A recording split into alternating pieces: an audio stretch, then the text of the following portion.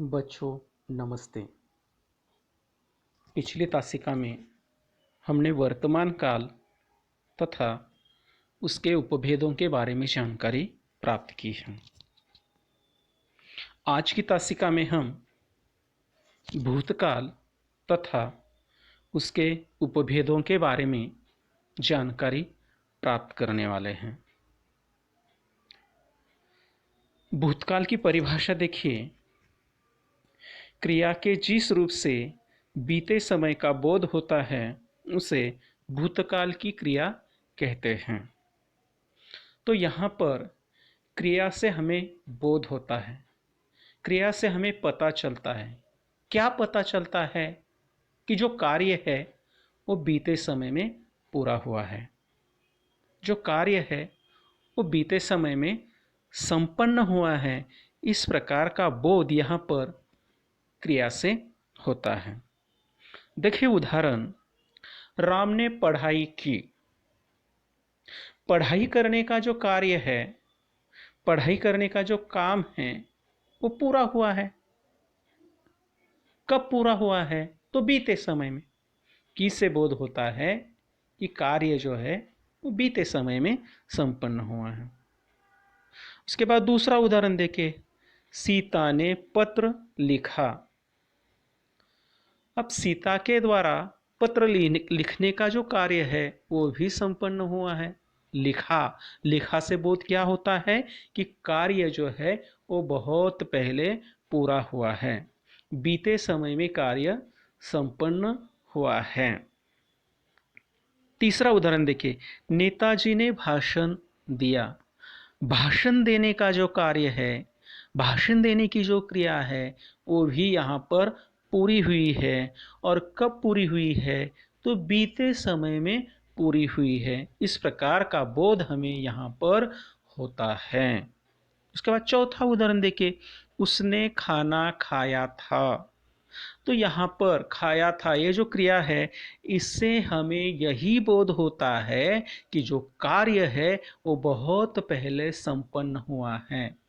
तो हमारी जो परिभाषा है कि क्रिया के जिस रूप से बीते समय का बोध होता है उसे भूतकाल की क्रिया कहते हैं।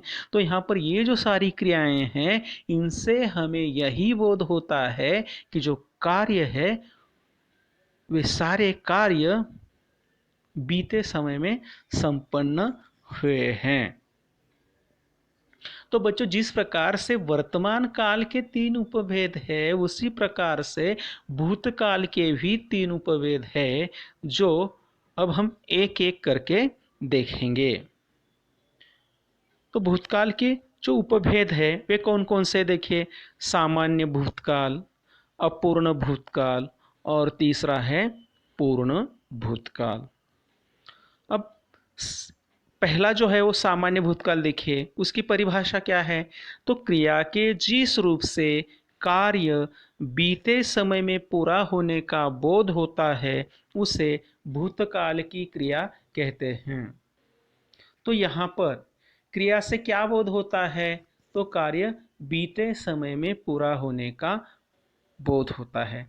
लेकिन बच्चों, यहाँ पर एक बात महत्वपूर्ण यह है कि हमें सामान्य भूतकाल में क्रिया बीते समय में होने का बोध होता है, परंतु वो क्रिया कितनी देर पहले संपन्न हुई इसका पता नहीं चलता। देखिए उदाहरण क्या है, उसने पढ़ाई की। पढ़ाई करने का कार्य संपन्न हुआ है, पढ़ाई करने की क्रिया पूरी हुई है, लेकिन कितनी देर पहले यह हम यहाँ पर बता नहीं सकते। हम केवल इतना बता सकते हैं कि कार्य बीते समय में संपन्न हुआ है, लेकिन ये नहीं बता सकते कि कार्य कितनी देर पहले संपन्न हुआ। उसी प्रकार से दूसरा उदाहरण देखिए, माँ गांव गई। माँ गांव गई, जाने की क्रिया पूरी हुई है, लेकिन कितनी देर पहले गांव गई है? 2 घंटे पहले, 4 घंटे पहले, 2 दिन पहले, 4 दिन पहले। यहाँ पर हम बता नहीं सकते, लेकिन क्रिया जो गई, ये जो क्रिया है, इस क्रिया से इतना हम जरूर बता सकते हैं कि जो क्रिया है वो बीते समय में संपन्न हुई है, पूरी हुई है। तो ये सामान्य भूतकाल।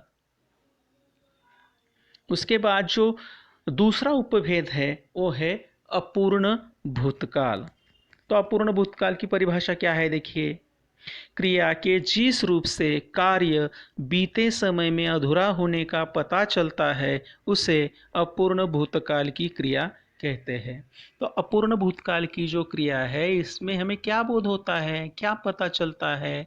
तो यहाँ पर हमें पता चलता है कि जो कार्य है वो बीते समय में अपूर्ण होने का पता चलता है, अधूरा होने का पता चलता है। अब देखिए उदाहरण क्या है कि वह गीत गा रहा था। वक्ता जो भी बोलने वाला है, वक्ता ने यहाँ जिस समय की ओर संकेत किया है उस समय वो क्रिया अधूरी होने का यहाँ पर हमें बोध होता है, पता चलता है। वह गीत गा रहा था, शायद अब तक उसका गाना खत्म हुआ होगा, लेकिन यहाँ जिस समय की ओर संकेत किया है उस समय से तो यही लगता है कि कार्य जो है वो बीते समय में अपूर्ण था, अधूरा था। दूसरा उदाहरण देखिए, नेताजी भाषण दे रहे थे। भाषण देने की जो क्रिया है वो अधूरी है। कब अधूरी है? तो बीते समय में अधूरी है। भाषण दे रहे थे, दे रहे थे यानी कि वो क्रिया जो है, भाषण देने की जो क्रिया है वो चल रही थी, और थे से बोध होता है कि जो क्रिया है वो बीते समय में चल रही थी। और जब क्रिया से पता चलता है कि कार्य बीते समय में चल रहा था, बीते समय में अपूर्ण था, बीते समय में जारी था, तब उसे क्या कहते हैं? अपूर्ण भूतकाल की क्रिया कहते हैं। उसके बाद तीसरा उदाहरण देखिए, नीता पढ़ाई कर रही थी। नीता पढ़ाई कर रही थी यानी कि अब तक शायद उसकी पढ़ाई खत्म हुई होगी, लेकिन वक्ता ने जिस समय की ओर संकेत किया है उस समय तक वो जो कार्य है वो अपूर्ण था, अधूरा था। तो बीते समय में, परिभाषा फिर से एक बार देखिए कि क्रिया के जिस रूप से कार्य बीते समय में अधूरा होने का पता चलता है उसे अपूर्ण भूतकाल की क्रिया कहते हैं। तो यहाँ पर गा रहा था, दे रहे थे, कर रही थी, ये जो क्रियाएं हैं इन क्रियाओं से हमें यही बोध होता है कि कार्य जो है वो बीते समय में अपूर्ण था, अधूरा था। उसके बाद जो तीसरा उपभेद है वो है पूर्ण भूतकाल। पूर्ण भूतकाल की परिभाषा देखिए क्या है, क्रिया के जिस रूप से कार्य बीते समय में बहुत पहले पूरा होने का पता चलता है उसे पूर्ण भूतकाल की क्रिया कहते हैं। तो यहाँ पर क्रिया से बोध होता है, क्या बोध होता है? कि कार्य बहुत पहले संपन्न हुआ है, कार्य बहुत पहले पूरा होने का पता चलता है। देखिए उदाहरण क्या है, उसने गीत गाया था। उसने गीत गाया था से बोध होता है कि कार्य बहुत पहले संपन्न हुआ है, कार्य बहुत पहले पूरा हुआ है। दूसरा उदाहरण देखिए, नेताजी ने भाषण दिया था। भाषण देने की जो क्रिया है वो बहुत पहले पूरी हुई है, दिया था। बच्चों यहाँ पर एक बात ध्यान में रखिएगा कि सामान्य भूतकाल की हमने परिभाषा देखी थी, और सामान्य भूतकाल में हमें क्या पता चलता है कि कार्य बीते समय में होने का बोध होता है, परंतु क्रिया कितनी देर पहले संपन्न हुई इसका पता नहीं चलता। लेकिन यहाँ पर हमें क्या बोध होता है कि कार्य जो है वो बीते समय में संपन्न हुआ है, और साथ ही हम ये भी बता सकते हैं कि कार्य बहुत पहले संपन्न हुआ है। उसी प्रकार से तीसरा उदाहरण देखें, नीता ने पढ़ाई की थी। अब नीता ने पढ़ाई की थी की थी से क्या बोध होता है कि कार्य बहुत पहले संपन्न हुआ है। तो जब क्रिया से बोध होता है कि कार्य बीते समय में बहुत पहले संपन्न हुआ है, तब उसे क्या कहते हैं? अपूर्ण भूतकाल की क्रिया कहते हैं। तो सामान्य भूतकाल, अपूर्ण भूतकाल और पूर्ण भूतकाल, ये भूतकाल के 3 उपभेद है, वे जरूर आपकी समझ में आ गए होंगे।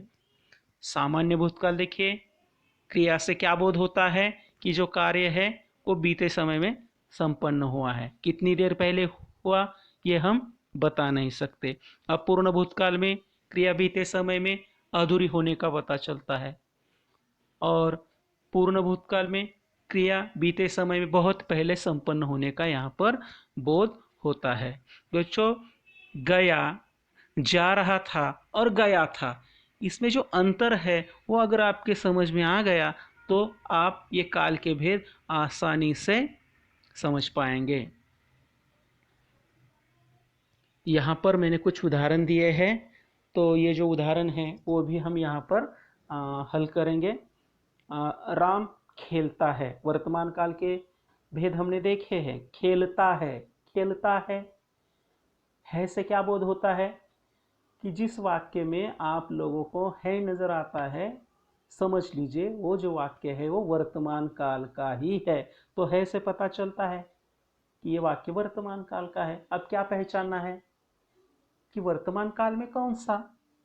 तो मूल धातु में ता, ती, ते प्रत्यय जुड़ जाने से क्रिया का सामान्य रूप बनता है, और ये जो उदाहरण है वो सामान्य वर्तमान काल का ही है। उसके बाद दूसरा उदाहरण है, पिताजी शहर गए हैं। गए हैं से क्या बोध होता है से पता चलता है वर्तमान काल, और गए हैं यानी कि क्रिया जो है वो पूरी हुई है, यानी कि पूर्ण वर्तमान काल। सुधाकर ने गीत गाया। अब सुधाकर ने गीत गाया, गाने की क्रिया पूरी हुई है। कब पूरी हुई है? तो बीते समय में, और ये सामान्य भूतकाल का उदाहरण है। चौथा उदाहरण देखिए, बच्चे जंगल की ओर जा रहे थे। जा रहे थे क्या बोध होता है? तो क्रिया जो है वो अपूर्ण भूतकाल की है, बीते समय में क्रिया अधूरी होने का यहाँ पर हमें पता चलता है, बोध होता है। उसके बाद पांचवा उदाहरण देखिए, अध्यापक ने पाठ पढ़ाया था। पाठ पढ़ाया था, क्रिया बहुत पहले संपन्न हुई है, बीते समय में बहुत पहले, पूर्ण भूतकाल। उसके बाद फूल खिल गए थे। यहां पर भी क्रिया से क्या बोध होता है कि क्रिया बहुत पहले बीते समय में संपन्न होने का जब हमें बोध होता है, पता चलता है, तो उसे क्या कहते हैं? पूर्ण भूतकाल की क्रिया कहते हैं। और उसके बाद अंतिम जो वाक्य है वो है, माँ काम कर रही हैं। फिर से है से क्या बोध होता है से यही बोध होता है कि ये जो क्रिया है वो वर्तमान काल की है। अब हमें देखना है सामान्य है, अपूर्ण है या पूर्ण है। तो काम कर रही है मतलब कि उसका काम अब चल रहा है, अधूरा है, अपूर्ण है, यानी कि ये जो उदाहरण है वो क्या है? अपूर्ण वर्तमान काल का उदाहरण है। जरूर आपकी समझ में आ गया होगा। अगर कोई समस्या है तो आप मुझे फोन कीजिएगा। धन्यवाद।